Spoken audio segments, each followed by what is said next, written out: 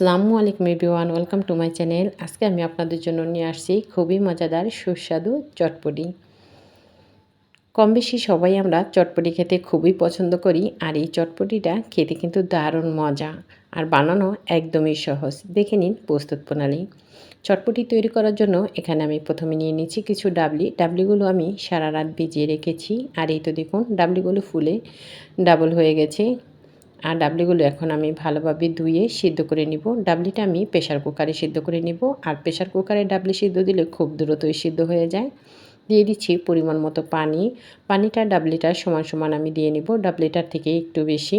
এই তো দেখি আপনারা বুঝতে পারছেন, 3টা সিটি দিলেই আমি ডাবলিগুলো নামিয়ে নিব। দিয়ে দিচ্ছি 1 টেবিল চামচ লবণ, দিয়ে দিচ্ছি সামান্য একটু হলুদ গুঁড়ো, দিয়ে আমি একটু নেড়েচেড়ে নিচ্ছি। আমি যেহেতু চটপটি তৈরি করব এজন্য এটাতে আমি দিয়ে দিচ্ছি আলুগুলো ডাবলুর সাথে একসাথে সিদ্ধ হয়ে যাবে। এখানে আমি 3টে আলু দিয়ে নিয়েছি।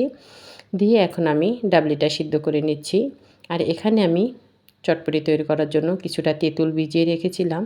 এখন তেঁতুলটা থেকে আমি ভালোভাবে তেঁতুলটাকে একটু মথে নিয়ে তেঁতুলের যে রসটা আছে সেটা বের করে নিচ্ছি। আর যে দানাগুলো আছে সেগুলো আমি ফেলে দিচ্ছি। আর এই তো তেঁতুলের রসটা নেওয়া হয়ে গেছে। এখন আমি যে ডাবলিটা সিদ্ধ করে রেখেছিলাম, দেখুন ডাবলিটা সুন্দরভাবে সিদ্ধ হয়ে গেছে। আলুগুলোও এটার সাথে ভালোভাবে সিদ্ধ হয়ে গেছে। এখন আমি আলুগুলোকে ডাবলি থেকে আলাদা করে নিচ্ছি। আলাদা করে নিয়ে এখন আমি আলুটা ডাবলির সাথে কুচি করে দিচ্ছি। আর এই তো ডাবলির সাথে আমি আলুটাকে কুচি করে নিয়েছি।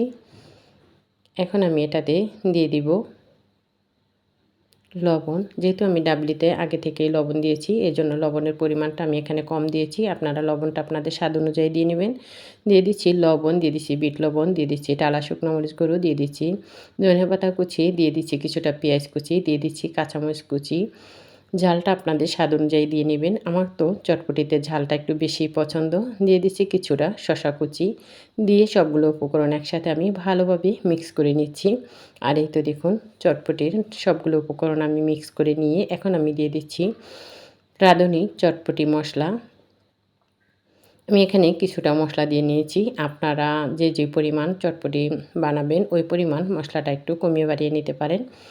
দিয়ে দিচ্ছি যে টকটা আমি আগে থেকে রেডি করে রেখেছিলাম সেটা দিয়ে এখন আমি আবারও একটু নেড়েচেড়ে নিচ্ছি, মশলাটা যাতে ডাবলিটার সাথে ভালোভাবে মিক্স হয়ে যায়। আর এই তো দেখুন চটপটিটা দেখতে মাশাআল্লাহ কত সুন্দর হয়েছে।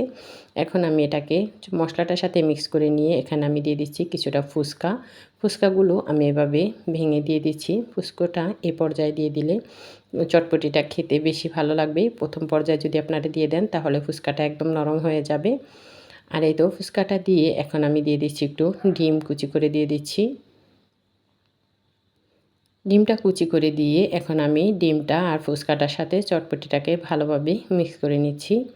আর এই তো আমি এভাবে ভালোভাবে মিক্স করে নিয়ে এখন আমি চটপটিটা পরিবেশন করে নিচ্ছি। দেখুন চটপটিটা দেখেই জিভে জল চলে আসতেছে।